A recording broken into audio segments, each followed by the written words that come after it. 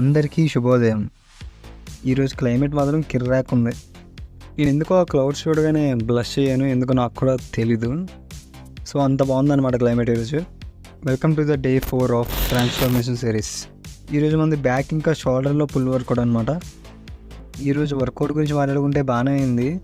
Energy అయితే అస్సలు లేదు, బట్ ఎలాగోలాగా వర్కౌట్ కంప్లీట్ చేశా. అలా అన్కంఫర్టబుల్ మూమెంట్ అంటే ఏంటో తెలుసా, మనం పక్కన ఉండగా మన ఫ్రెండ్స్ మన వీడియో చూస్తూ మనం రోస్ట్ చేయడం చాలా ఎంబారసింగ్గా ఉంటుంది. ఈరోజు నాకు అదే జరిగింది. చిన్న వీడియో క్లిప్ ఉంది, చూడండి ఏం జరిగిందో.